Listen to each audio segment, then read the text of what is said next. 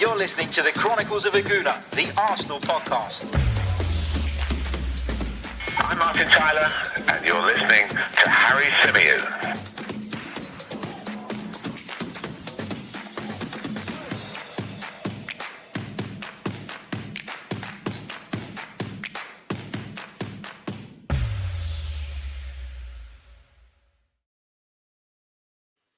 Hello and welcome back to another live edition of the Chronicles of a Gooner, the Arsenal podcast, brought to you by 90 Min. As ever, I'm your host, Harry Symeou, and I'm delighted to be joined by Metro Sports' Mike Stavrou. Mike, welcome back, mate. How you doing?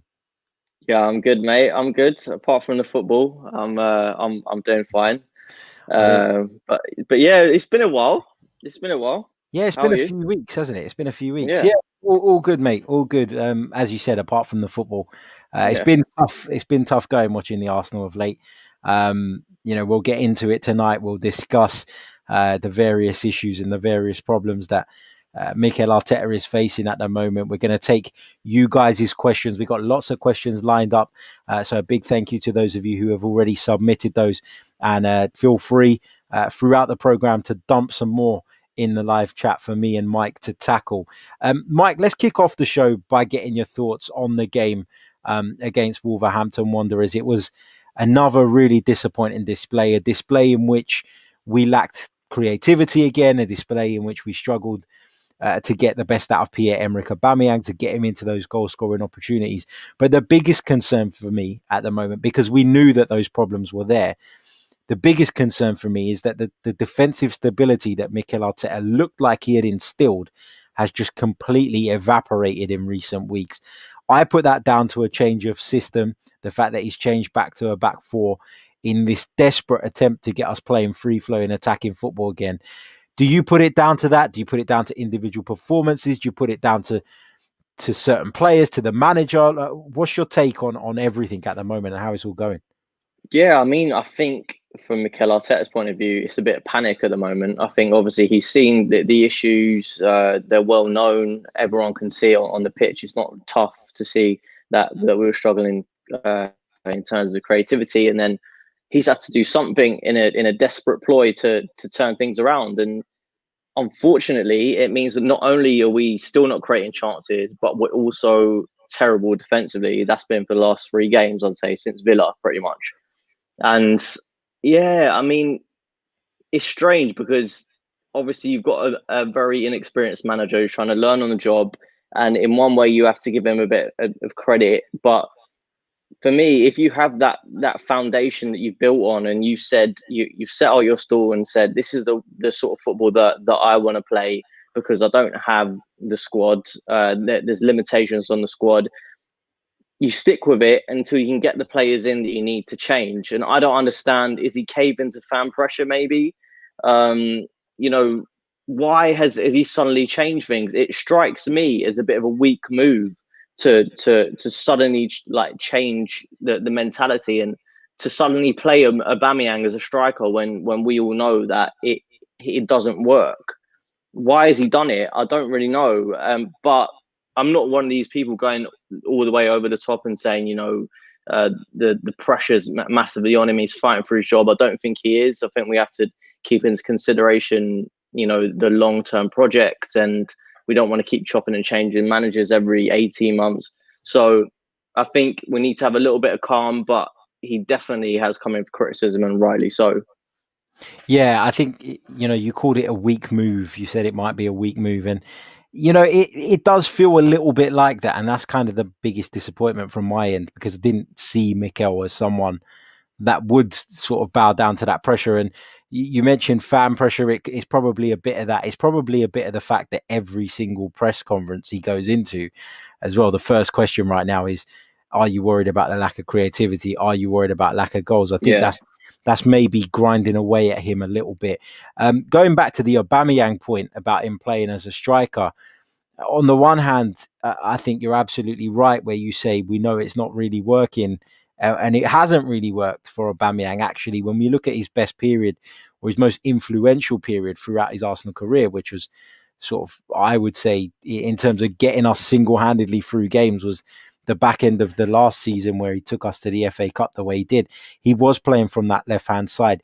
I think maybe Arteta has been kind of forced into thinking that's the right move because of the poor form shown by Alexander Lacazette in certain moments, because of Eddie Nketiah not necessarily being ready to step up into that role permanently. So I think it's a combination of things. I think, the lack of creativity is an issue. We know it's there.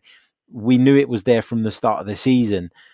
And again, I keep banging on about the point. And if you've listened to this show in the last couple of days, you probably think I keep beating this same drum, but I just can't understand why he changed it. And I think that the game coming up at the weekend, a game against Tottenham, for me, this is a game now where he has to go back to the back three because he cannot risk going into that game playing the way we've played in recent weeks. And, in a strange way, even though we're going away to a Tottenham side who are on really good form at the moment, I feel 100% more confident knowing that Arsenal are going to play that way than I did even in the Wolves game. And it's weird.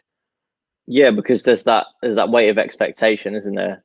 And I think we have shown, as I said, that we can pull out those performances. We did it at Old Trafford. We did it at Liverpool last season. Did it against Man City in the FA Cup. So we are capable. And I think we know that if we set out our stall like that and we are solid defensively, that we can have an impact. The worry for me, Harry, is not necessarily the tactics, but the way that after the Villa game, their confidence was gone. Like I was seeing the team that I saw in the last days of Emery and in the last days of Wenger, a team that just looked like they couldn't actually, transmit what the manager had told them to do. They looked lost. There weren't any leaders on the pitch, and it's in their moments where you need an experienced man to sort of pull you through on the pitch and off the pitch, and we obviously don't have that. So I'm hoping that confidence will come back. I mean, they shouldn't really need motivating for a North London derby, should they? So I think they might be all right on the weekend. I'm not saying we're gonna win, but we should be in good chance. But for me, moving forward, it's just how much the players buy into it, because I think one of the things at the beginning of Arteta, you probably agree with me, was that it seemed like he was getting the players back on side. We saw Mustafi come back in. We saw Xhaka come back in after, spending periods out of the team. And it looked like they were buying into it. But the last few games, I'm not saying that they don't trust him, but maybe the fact that he has suddenly had this quick change in system and mentality won't really go across well, because it sort of looks like you're second guessing yourself now for whatever reason. And I wonder if that has affected the players. Yeah, it might well have done. And let's go on to some of the listener questions, because this leads me nicely onto a question that we've got from Steve. He says, do you think the way that Mikel has treated Mesut, Matteo Guendouzi and Lucas Torreira, as well as William Saliba, may have caused some of the dressing room to lose respect for him? Let's not really go down the Mesut Ozil route, because I feel like I've done that to death in the last few days. Yeah. So I don't really want to get too far down that. But the fact that, Guendouzi was kind of pushed out the way he was, that Lucas Torreira was deemed very quickly actually surplus to requirements, didn't play many games under Mikel Arteta when fit, even when he did, when he first come into the job. So the writing was on the wall for him, I think, very early on. But do you think that the way he's sort of dealt with certain situations in terms of his man management may have sort of caused some of the rest of the squad to raise eyebrows? And Don Monero's point in the chat as well actually adds to this. He says, I'm not sure why people keep saying about Ozil. I'd be more inclined to ask why he let Guendouzi and Torreira leave to play Willock and El Neni. It's ridiculous. He has invited this pressure. Do you think that's the case? Do you think the man management of Mikel Arteta should be questioned and is perhaps having a negative effect? It's tough, isn't it? Obviously, we don't know what goes on in the dressing room. For me, when he came in and was like, he had these non-negotiables, which he said that said that you're going to have a minimum effort level, a minimum, sort of exemplary attitude that he wants from his players. I was all for that, because I think in the past, Arsenal definitely have been guilty of having, cliques in the team, and having players who thought they could get away with whatever they want.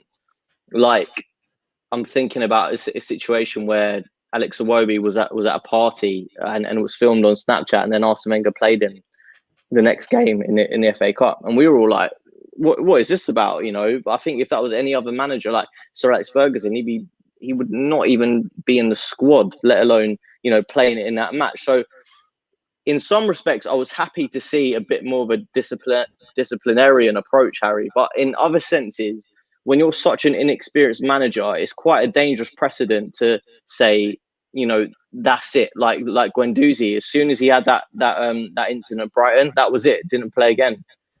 Mesut Ozil didn't play for a long time. Lucas Torreira, we don't really know what happened, but you'd have to think that the manager maybe didn't fancy him. That's why he went out. So I think it's fine to take that approach, but it has to come from someone with a bit more authority. I feel like there's only so much you can push the players before they stop and say, actually, he's treated our teammate like this. He's not playing. Where's Ozil? Where's Guendouzi? Where's Torreira? Where does that leave me? That's my only worry.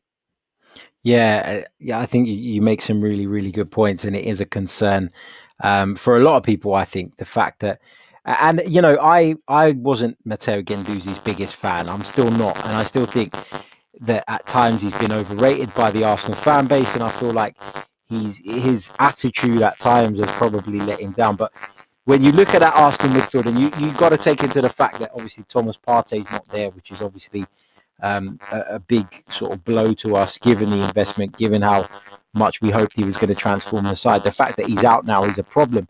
But when you look at the performance of Granit Xhaka the other night against Wolves, and you'll know, Mike, that I'm normally quite defensive of Granit Xhaka, because I normally say, and I normally think that he gets a lot more stick than he deserves, but he was dreadful, for wanting of a better term, in the game against Wolves, as was Dani Ceballos. And you look at that and you just think, Matteo Guendouzi and Lucas Torreira probably both could have done a better job on that night. And so now I think we're at the point in the season where, when results aren't going your way, as they're not at the moment, you start to look back at things and you start to try and start to, reflect on certain decisions and make judgments now that you've got a little bit more of a sample. And when you look at it now, we're desperately short. The fact that Thomas Partey's out and we still have to play Xhaka all the time, or we have to play an Elneny who's done all right, but he's Mohamed Elneny. It's as simple as that. So it has been a strange few months, and I mean, let's go on to a couple more questions. A few of you are saying in the chat that my mic is making a few noises, so I do apologize for that. I'm not sure what it is. I'll try and sort it out. I'll swap it over while Mike's speaking. But Mike, let's get your take on this question. How long has Mikel Arteta got to save his job? Well, that's a tough one. Jesus. To save his job. I mean, he just started, isn't he? If you look at it realistically, if we're still in this position come March, April, and we're still down in 15th, and we are, maybe in a relegation battle, I think then we can start to, be concerned about Mikel Arteta's job. I don't think it will get there. I think this is a very bad patch. I think it will get better, but that's the only scenario that I can see. If we're actually in a relegation dogfight, which I can't even think, and I can't even fathom me thinking about that, I think that's the only possible scenario where it could be. I just think that obviously we've invested in this manager. He's shown flashes of being a good coach. Maybe he's obviously not the full package yet. He's been having some disciplinary issues that we've spoken about with Mesut Ozil. There's questions over his head on that front, but I feel like you have to give him time, because are we going to get to a scenario where we're changing managers every 18 months? As I said, the only possible way that you could even consider him going at the end of this season or at the end of next season is if you have someone elite lined up, and that I can't see. That's just completely unrealistic. I'm talking elite. I'm talking like the Julian Nagelsmanns of this world. I'm not talking like Carlo Ancelotti's or the ones that, like Max Allegri's that are considered a class, but I don't think they fit within in the modern game. But we need to we need to invest in him. We need to get him the squad that he wants. We've got a lot of deadwood still at the club that we need to ship out. We're still paying for our mistakes, Harry. I think of past windows. There's some of the players we brought in have just not been good enough, like Torreira. There's a debate as to whether he's good enough. Socrates as well was another purchase where you're like, what was the point of that? David Luiz, you can even question as well. Willian this season, and even though we have made good signings with likes of Partey and Gabriel, I feel like for every one or two good signings, there's a few shit ones, and that's just been how we've operated. So we have to see how the combination of Edu and Arteta get on the transfer front as well, because you never know. Like, and this probably seems unrealistic, but if we go out and sign a creative midfielder that could help us score more goals, knit the team together, and actually play, the sort of football that could make us, play more attractive football, more effective football, then it could completely change things. Because I think what he's doing, he's building the solid base, or he has been for the last couple of weeks. He was building this solid base. He was, apart from the last few games. And then the solid base. I mean, every team and every manager has to start from that solid base. You don't build from the top up. You build from the bottom up. So, look, I'm not going to even entertain, talk of the pressure being on his job right now. But as I said, if it gets dire, the situation towards the end of the season, obviously we have to revisit it. Yeah, absolutely. Let me know if this mic is much better. Apologies for the crackling sound coming from my headset earlier on in the podcast. I'm not sure what happened there. I just used it on another broadcast and it was absolutely fine. So not sure what the issue is, but let me know in the chat if this is better. If it's not, let me know as well, so I can sort it out as best as possible. I think you're right when you say that, the question was, how long does he have to save his job? And for me, there is no chance. There is zero chance, in my opinion, unless we get embroiled in a relegation battle, which isn't going to happen, that Mikel Arteta loses his job. He stays Arsenal manager for at least this season, in my opinion. I've said it before. I'll say it again. I think the club have hung their hat on him. The club have, they've made it clear by the fact that they've given him that additional responsibility at the club that they are very much invested in Mikel Arteta. That's just the way it is. And, people can go online and they can campaign for him to be sacked, and they can campaign for this and they can campaign for that, but it's not going to happen. So for me, the best thing to do is to sit back, watch on, support the team. I know it's not always easy to do that. That doesn't mean that we can't criticize. Of course we can. We can criticize. We can talk about what we think the mistakes are, what we think the problems are. But ultimately, the guy's not going anywhere. So let's get behind him. Let's support him, because the team really need our support at the moment. And, that leads me nicely on to the next question, which is with regards to the return of fans. Now, Michael asks, with the return of fans, do you think that will help Arsenal, or do you think the moaning and groaning will kick in again and add further pressure? I'll start on this one because I'm not sure how much of an impact 2,000 fans being back in the stadium is actually going to make. I don't think it's going to make a great deal of difference. I'm one of the lucky 2,000 that's going to be at the game on Thursday night between Arsenal and Rapid Vienna. So I will be bringing you a video from the stadium. I look forward to giving you guys some insight, for those of you that can't make it, about how, how it feels, what it's all about, and kind of some of the protocols. But we've been told that the fans are not even allowed to sing. So, I mean, just them being there? Do you think, fans are not allowed to sing? It's nuts. So just being there, I don't think that that's going to make a great deal of difference if the support isn't vocal. The support of 2,000 in a massive stadium like that, I think, can almost get lost in terms of the influence on the game. I do think, though, if we'd seen those last 3 home games that we've seen in a packed Emirates Stadium, there'd have been plenty of boos, plenty of moans, plenty of groans. And so I actually think that in some ways the non-fans should have been a bit of an advantage for Arsenal. Would you agree, Mike? Are they allowed to boo? Apparently not. Well, you got to leave your mask on What? even. So, mate, it's nuts. Oh It's nuts. God. You have to do a track and trace form to attend, first of all. And then you have to, you have to wear your mask. You have to do all these different things. It's absolutely crazy. It's not going to be like attending a normal football match. It's a No, completely and I'm different guessing experience. you're all going to be sat like what a few seats apart from the next person.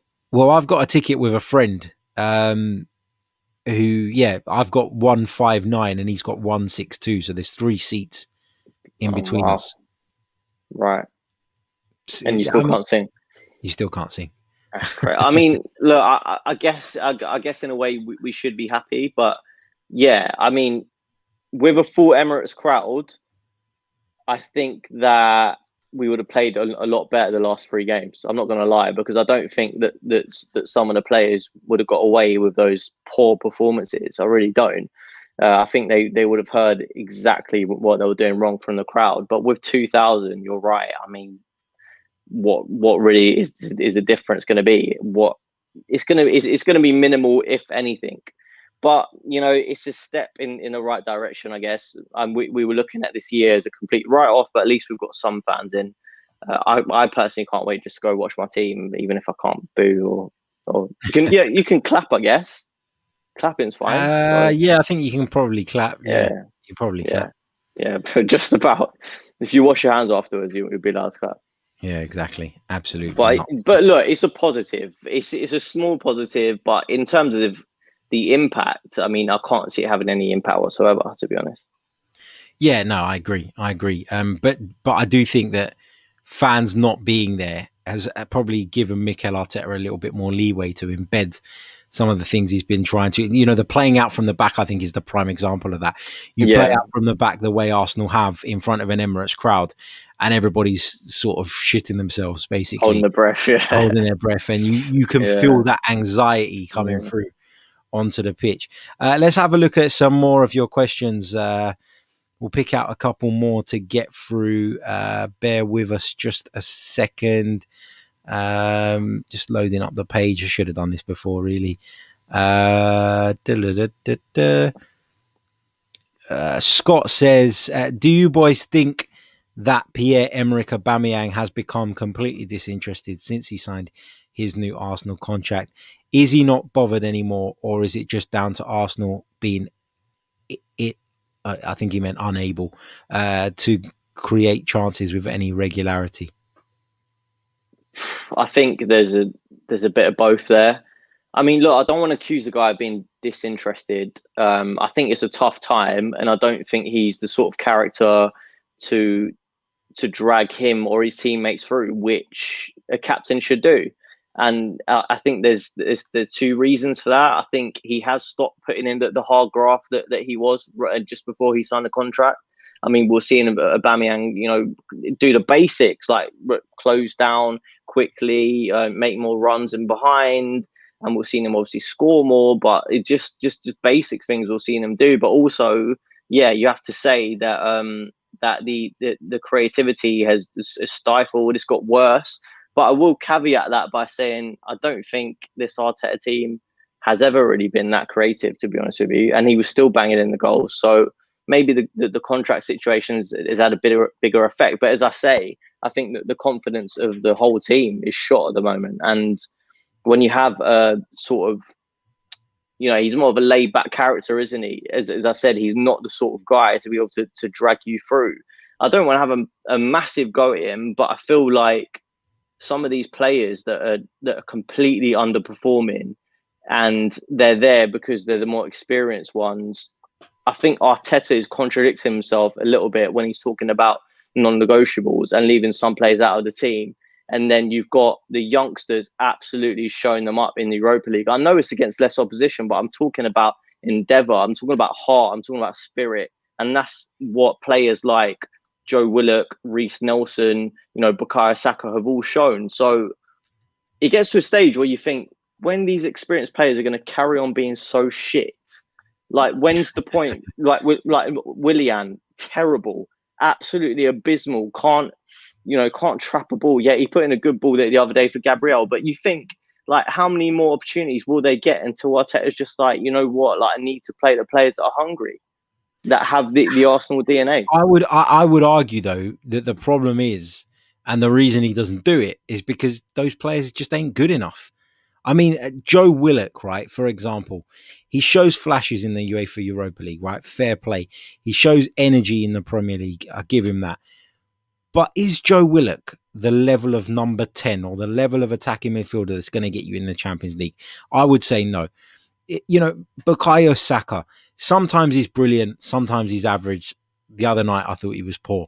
And I think that's not a criticism of Bukayo Saka. It's just that he's a youngster, and youngsters struggle to provide the kind of consistency that you need at the very top level.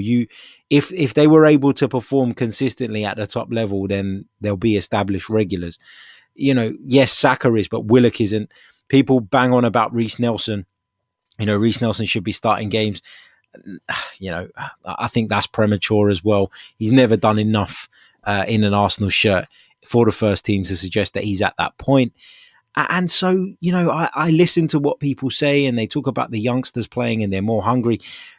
Yeah, maybe they're more hungry, but they're just not good enough, Mike. I genuinely believe that. Like, I genuinely look at those players, and I could probably say this now.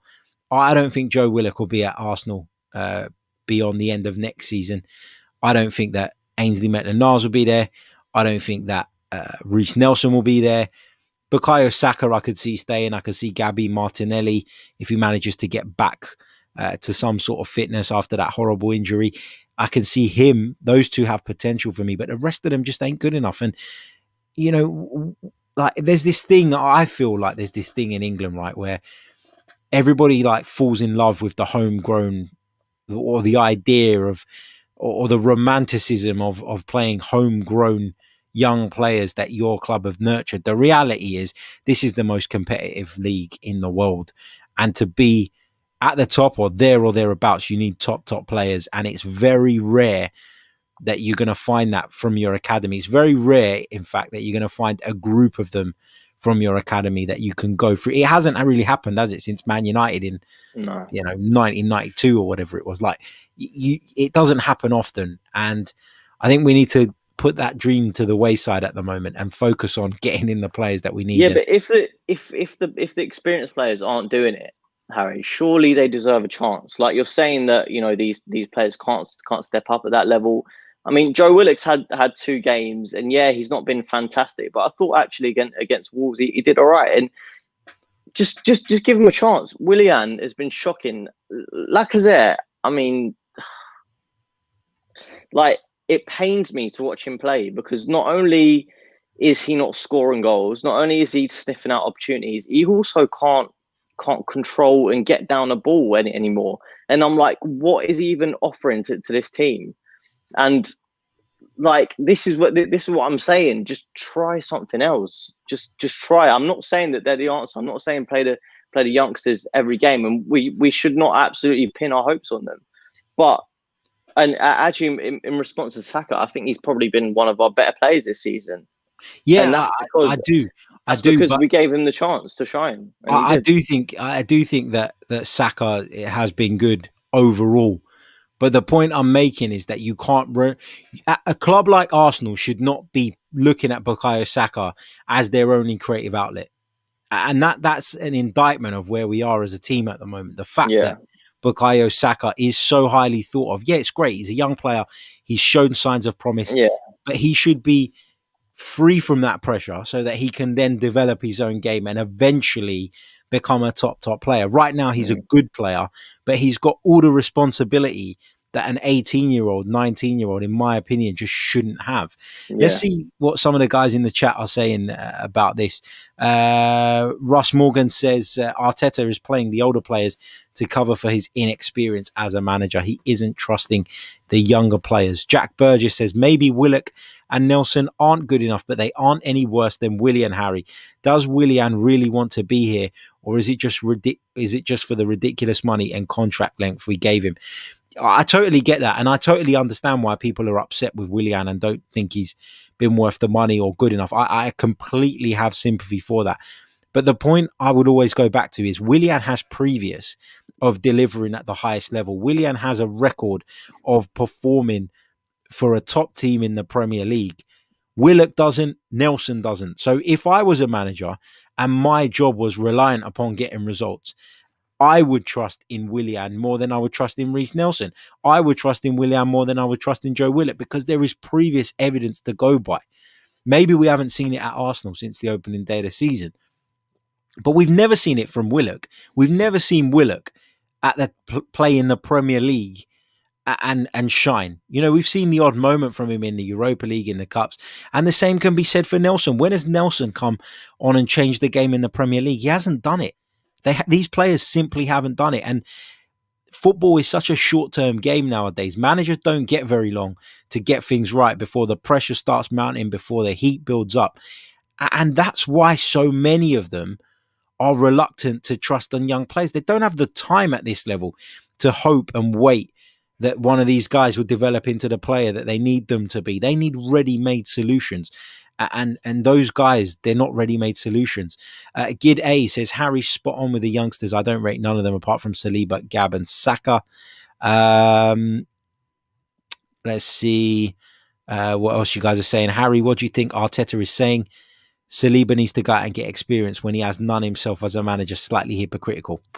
A bit harsh. It's a bit harsh. I mean, Mikel might not have a great deal of experience as a manager, but Mikel had a whole career. William Saliba's at the start of his career. Mikel worked alongside, arguably, in many people's eyes, the best manager in the world. So he's got a great deal more experience than William Saliba. So I don't think it's hypocritical for him to be saying that about Saliba. Yes, there are a lot of people upset and disappointed at the fact that Saliba isn't involved in the setup, and that leads me nicely onto another question. This one hasn't got a name by it, but it's about William Saliba, and I'll put this one to you, Mike.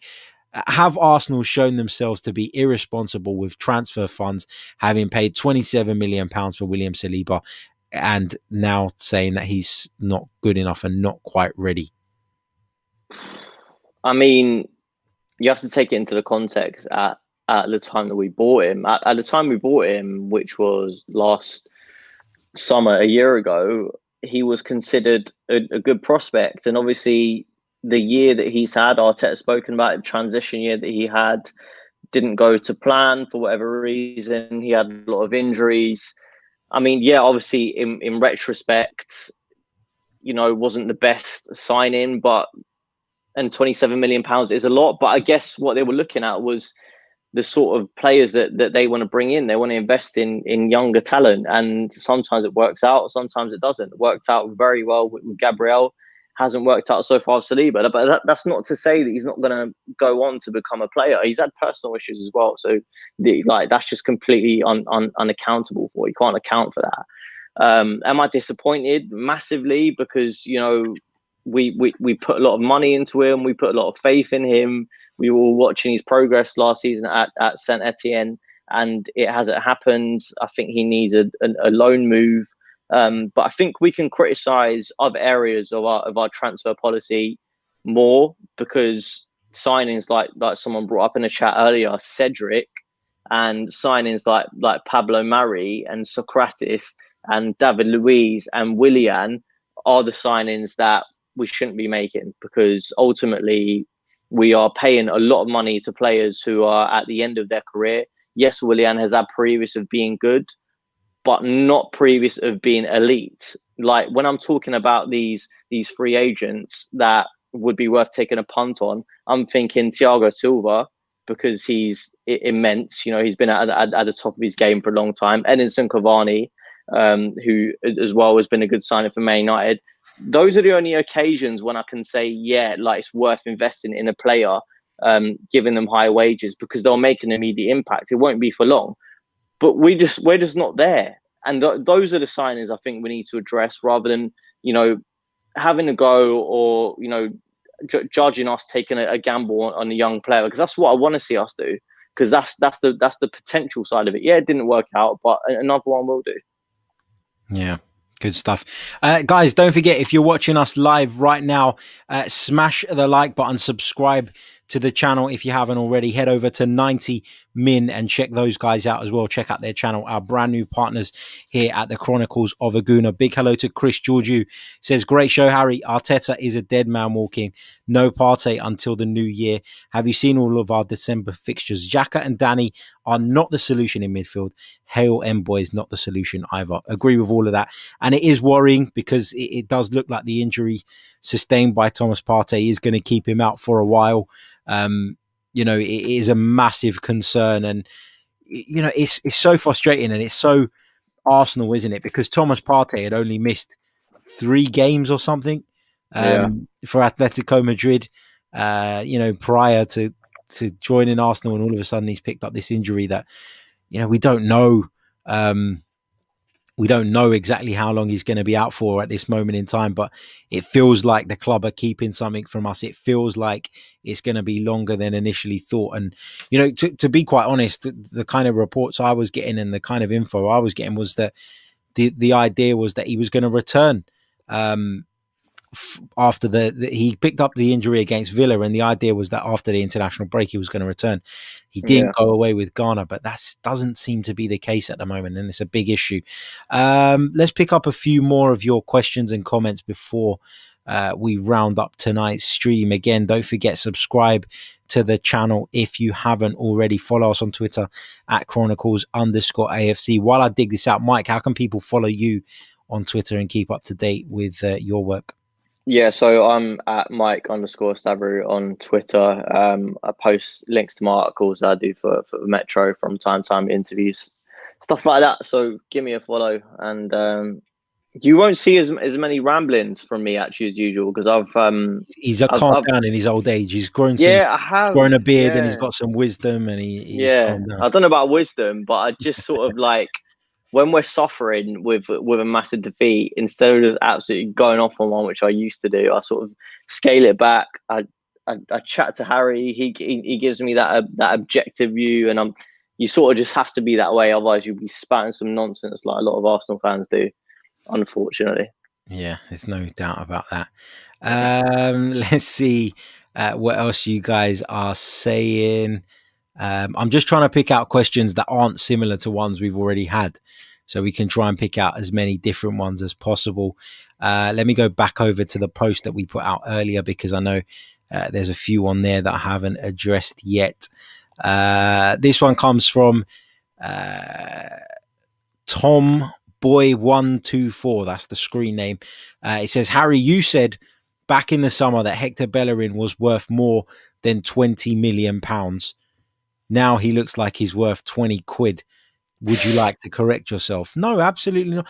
I don't understand why Arsenal fans blame Hector Bellerin for all our problems. I really don't. They moan that he goes too far forward, which is clearly an instruction from the manager. They moan that he tucks in too much, that he plays as an inverted fullback. Again, clearly an instruction from the manager. If he wasn't doing what Mikel Arteta wanted him to do, he wouldn't be in the side. It's that simple. But people want to go off on one about Hector Bellerin because he likes fashion and because he dresses up funny and he has dodgy haircuts, and he's a bit out there as a character. But at the end of the day, Hector Bellerin is not Arsenal's problem at the moment. You've also got to take into consideration our right side is much weaker than our left in terms of what's in front of him as well. Normally, Dilly in the chat says, great name by the way, says Bellerin can't play in a back four. Whatever fullback you play in our back four gets exposed. Kieran Tierney was terrible the other night. He got torn to pieces by Adama Traore. So what I'm trying to say is, yes, Hector Bellerin isn't perfect, but a lot of the issues that come from Hector Bellerin sort of going forward or taking up these positions in field, that is exactly what he's being asked to do. It's that simple, and the right back position, I think, Mike, is an interesting one. And I want to get your take on this, because we brought Cedric in. There was this big thing about Ainsley Maitland-Niles potentially leaving the club in the summer there was interest from Wolverhampton Wanderers. He ended up staying at the Arsenal. Arsenal made a big thing, Mikel Arteta in particular, about the need and the desire to keep him. He stayed, and now he doesn't get a look in. And it seems that when you look at the substitutes bench nowadays, Cedric is ahead of him. What has happened to Ainsley Maitland-Niles, and should he be in the setup, in your opinion? Why didn't Ainsley Maitland-Niles play against Wolves? Because when he played last season, he absolutely marked Adama Traore out of the game and was fantastic. So it's a really good question, and I don't really understand, because if you made this massive statement to not sell him to Wolves, we could have got 25, 20 million there for him. Why keep him to then not play him? And as you said, keep him third choice right back behind Cedric. It doesn't make any sense to me. Why keep him if you don't want to troll him in centre mid, which we've seen him play in a Europa League game? I don't understand it. I honestly don't. And it goes back to the transfer recruitment policy that is just shambolic at the moment. And we think that it's moving forward with a new setup. But then Raul left, and now we've got this new sort of relationship between Edu and Arteta. Yeah, granted, it is a bit early to call it, but things like this I don't understand, because if we could have, got a bit of money for Maitland-Niles, maybe sold another one of the Deadwood or two, maybe a Mustafi or Socrates, we could have gone out and got an hour, couldn't we? We could have actually given Leon the money that they wanted. And maybe our season would start to look different. But on Maitland-Niles, I really wanted to keep him because I think he's a very versatile player. But if he's not going to play, what the hell is the point? Yeah, exactly. It doesn't make sense, does it? It doesn't make sense. And it's a strange one. And I can only think that Mikel probably thinks he's not pulling his weight in training, or his attitude is not quite right. And again, it comes back to the discussion we were having earlier on. Is Mikel Arteta at risk of alienating certain players when, we all know that managers demand certain sort of values and certain levels of input from their players. But we've also seen players in the past, and we've seen great managers in the past who have just accepted that some of their players are a bit like that for the better of the team, and to keep them getting results and to keep their sort of heads above water as well. So maybe Mikel Arteta, we talked about Arsene Wenger's values for years and years and years. Maybe Mikel's, I don't mean to sound disingenuous when I say this, and I don't, it probably sounds silly to some people. Some people will probably think, what are you talking about? How can his values be too strong? But sometimes being like that can alienate people. And if people ain't fully on board with you, and then you're trying to chuck in all this extra, these non-negotiables, and you're being nitpicky about certain situations that really don't have a lot to do with what goes on the pitch every weekend, it can be a problem. It can be a problem. What do you I wanted to ask Harry, what did you, because I heard some people saying on Twitter the fact that Arteta didn't back Pepe publicly he's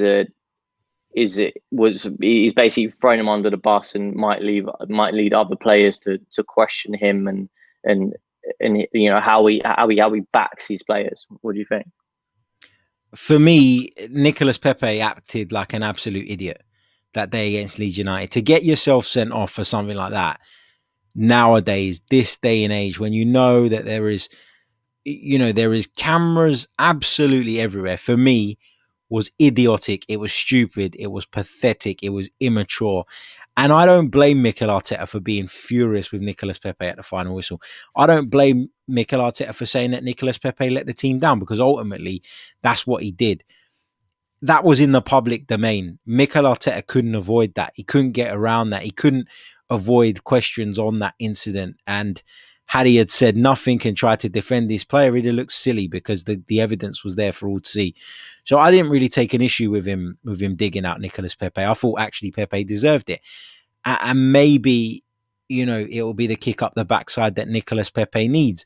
Where I have got sympathy for Nicolas Pepe is the fact that even when he does seem to produce, and although he can be frustrating during a 90-minute period, he does contribute goals. He does contribute assists. He does make things happen. Where I have sympathy for him is that I feel like sometimes he's done that. He's contributed and then he's found himself on the bench the next week. Yeah. And he's not been given a run of games. And then Willian's come in. And, you know, if you remember, we were talking during the summer, and one of the things I said about the Willian signing was he's not someone I expect to play every week. He's someone that I feel provides some experienced cover in a position where all our cover is fairly inexperienced. That's what I used to say. And now he's come in and he's taken up this starting position. And Nicolas Pepe must be looking at that and thinking, well, why? You know, he's not doing the business, Willian. Yeah. He's being selected in ahead of him. So I do have sympathy for Pepe there. But when you're talking about that isolated incident where Arteta called him out or picked on him after the Leeds game, no issue for me on that. He absolutely deserved it. Absolutely deserved it. Just finally, Mike, sort of, we're going to wrap it up. Just a quick reminder to everyone, as Hendon Gooner says, hit the like button, folks, especially those of you watching us on YouTube. It is so important. Subscribe to the channel if you're new as well. It is very, very important. And for those of you who don't know, we're now in partnership with 90 Min, and we've got lots more content coming your way, and particularly in the next month or so. Things are changing, things are moving, and the podcast is going to get bigger and better. So we want to make sure you guys are all on board for the ride. So hit the like button if you haven't already. Just finally, Mike, big game coming up at the weekend. What are your kind of initial thoughts going into it? We're going to preview the game in a lot more detail later on in the week, but how are you feeling going into this one? Because the North London derby always leaves me as a bag of nerves anyway. But this time it feels like it's not a nervousness, it's a fear. And I hate saying that about time. I mean, it's just a dire state of affairs, isn't it? When, if we're completely honest with ourselves, Tottenham are leagues above us. I mean, even just saying that makes me feel sick because, I mean, you and me both. When they got to the Champions League last season, the Champions League final last season, Harry, I'm not even going to lie to you. I watched the game in bed, from my bed, because I was just so shook that if they actually did win it, I was literally going to shut myself away from the entire world for days, shut my connection off to the internet, and just hide away, because that just would have been the most sickening thing ever for them, for that scum to win the Champions League before us. So the fact that they are like really improved this season, the fact that Jose came in just before Arteta, and some people were saying that we should have got him, and now he's doing really well at Spurs, is very disheartening. Not that I would have wanted him, mind you, but just to see him doing well there, because he's not particularly a man that I like anyway. So to see him doing well there is just the double whammy. But in terms of the actual game, there's a part of me that sort of feels like it might be a good time to play them, in the sense that we desperately need a performance, we desperately need a result. And as I said before, there's no motivating the players for a North London derby. It is the North London derby. You want to batter them, like no matter what form you're in. As the cliche says, form goes out the window in games like this. So I'm just hoping we can pull out a performance that we're proud of. If we get smashed, it's just going to be depressing. And you know, there's people going on about Arteta out. How long has he got? I don't want to imagine what it's going to be like if we don't win that game, or we don't put in a good performance in that game. So I think my prediction comes more from hope than any logic, because going off by what we've seen in the last few games, we are dire. But if we can sort of set up in that low block and you know, get Spurs to attack us, there's a chance. No, that's what I say. That's the most positive I'm going. There's a chance. Yeah, for me, it's going into this game. It's a weird one, because I almost feel more confident going into these types of games under Mikel Arteta if he applies that pragmatic approach that we've seen him apply in those type of games. So if he goes back to the back three with a midfield pivot in front, and you know, and he plays the way we've played, deep lying block and all of that, I'd actually feel pretty confident that we can get a result. Do I think we've got enough to win it? Probably not. But if we were to take a point, I'd be absolutely delighted with that. And I think that a good performance and a good result, and a good result would be a draw at Spurs. I mean, let's, I know traditionally they've been a team that we've beaten, and it feels wrong that it's even come to this. But I think you have to put it into context now. Arsenal are dreadfully out of form. Tottenham are top of the Premier League.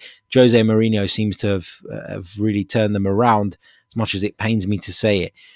But, a draw would be a really positive result for Arsenal, and I think it would go a long way in restoring some of the faith in Mikel Arteta. I've always felt like with him, we were always stronger in the bigger games. I know we lost at City, but we lost by the odd goal, when in years gone by, we conceded 4s and 5s. We lost at Liverpool, but we had the chances to get something out of that game as well. So that one was unlucky. Obviously, the FA Cup campaign last year saw us turn over some of these sides. So I feel like we're probably better equipped for these kind of games than we are for the games against the so-called smaller sides. And I think the fact that we've struggled to break people down when they've come to the Emirates, for example, the way Leicester did, has kind of forced Mikel to abandon those original principles to try and be a little bit more expansive. And then the defensive frailties have come to light again as a result. So I think it's about finding the balance. I think this is a game that forces you to be a bit more pragmatic. The fact that the repercussions of a defeat would be massive. So to put it into context, I think this kind of game forces you to play in a certain way. And I think that'll probably suit Mikel Arteta, and it'll probably suit our group of players, and fingers crossed we get the result. Right, we're going to leave it there, guys. We were planning to do a half an hour pod. We've done a 51-minute pod, so there you go, a little bit extra for you guys. Thank you for all your interaction in the chat. Thank you for all your comments, all your questions. And to those of you listening to this back via the audio platforms, don't forget to subscribe and leave us a review. We'll be back very, very soon with more. Until then, take care of yourselves. And my thanks to Mike. And stay safe. Cheers.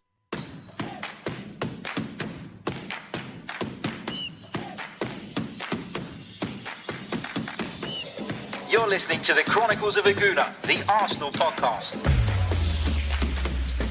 I'm Martin Tyler, and you're listening to Harry Symeou.